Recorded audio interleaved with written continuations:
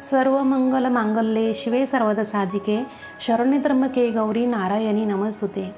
अवधूत चिंतन श्री गुरुदेव दत्त। श्री स्वामी समर्थ। सगळ्यांचं आपल्या स्वामी सेवा स्मिता यूट्यूब चॅनलवर स्वागत आहे। स्वामी महाराज तुमच्या सगळ्या चांगल्या इच्छा पूर्ण करो। स्वामींच्या कृपेने तुमचा आजचा दिवस शुभ जावे ही स्वामीचरणी प्रार्थना करते आणि मी आपल्या आजच्या व्हिडिओला सुरुवात करते। तर उद्या आहे ललिता पंचमी। तर प्रत्येक आईने पंचमी तिथीला आपल्या मुलांसाठी एक उपाय करायचा आहे, सरस्वती बीज मंत्रेचा। तो उपाय मी तुम्हाला पुढे सांगते आणि तसंच ललिता पंचमी निमित्त मी तुम्हाला थोडीशी माहिती सांगत आहे।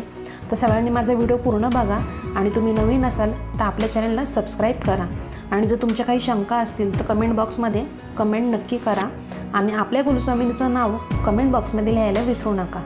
तर आता सर्वात महत्त्वाचं पहिलं मी तुम्हाला सांगते व्हिडिओ चालू करायच्या आधी की आपले एवढे दिवस व्हिडिओ आलेले नाही आहेत नवरात्रीच्या आधीसुद्धा आणि नवरात्रीमध्ये आता व्हिडिओ आले नाही माझे, कारण की असं आहे की माझी तब्येत बरी नव्हती, 15-20 दिवस तब्येत ठीक नव्हती, त्यामुळे आपले व्हिडिओ आले नाही, त्याबद्दल मला क्षमा असावी। आणि आपले आता जे व्हिडिओ आहेत तर ते रेग्युलर कंटिन्यू पुढे येतील। ललिता पंचमी म्हणजे अश्विन शुक्ल पंचमीला उपांग ललिता व्रत करायचे असते। हे काम्यव्रत आहे। ललिता देवी ही या व्रताची देवता आहे। नवरात्रीच्या 5व्या दिवशी ललिता पंचमी साजरी केली जाते। या दिवशी भक्त व्रत व पूजापाठ करत असतात आणि पौराणिक मान्यतानुसार या दिवशी ललिता ही देवी भांडा नावाच्या राक्षसाचा वध करण्यासाठी प्रगट झाली होती। हा राक्षस कामदेवाच्या राखीने उत्पन्न झाला होता। या दिवशी भक्त पूजा करतात। ललिता उद्या आहे ललिता पंचमी म्हणजे नवरात्रीची 5वी माळ। उद्याच्या दिवशी ललिता पंचमी हे व्रतसुद्धा केले जाते। हे व्रत धनधान्य ऐश्वर्य देणारं आणि इच्छापूर्तीसाठी केलं जाणारे हे व्रत आहे। तुमच्याकडे घटस्थापना नसेल तरी तुम्ही हे व्रत साध्या सोप्या पद्धतीने करू शकता आणि तसंच या दिवशी एक विशिष्ट स्तोत्र आपल्याला पठण करायचं आहे। ते कोणतं आहे ते तुम्हाला मी पुढे सांगते आणि हे व्रत तुम्ही 21 दिवसांचं किंवा 40 दिवसांचं संकल्प करून या स्तोत्राचं तुम्ही पठण करू शकता।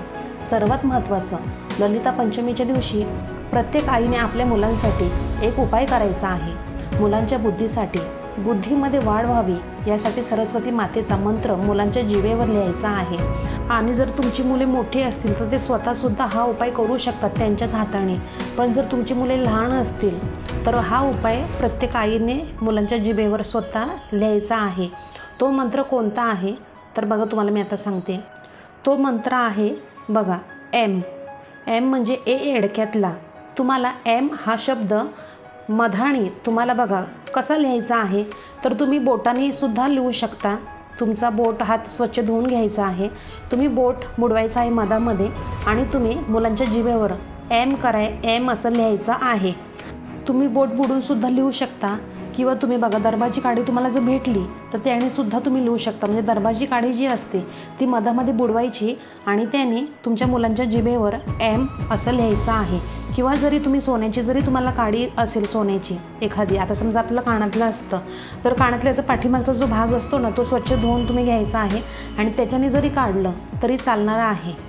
तर आता तुम्हाला समजलं असणार आहे की सरस्वती मातेचा बीज मंत्र एम हा तुम्हाला लिहायचा आहे।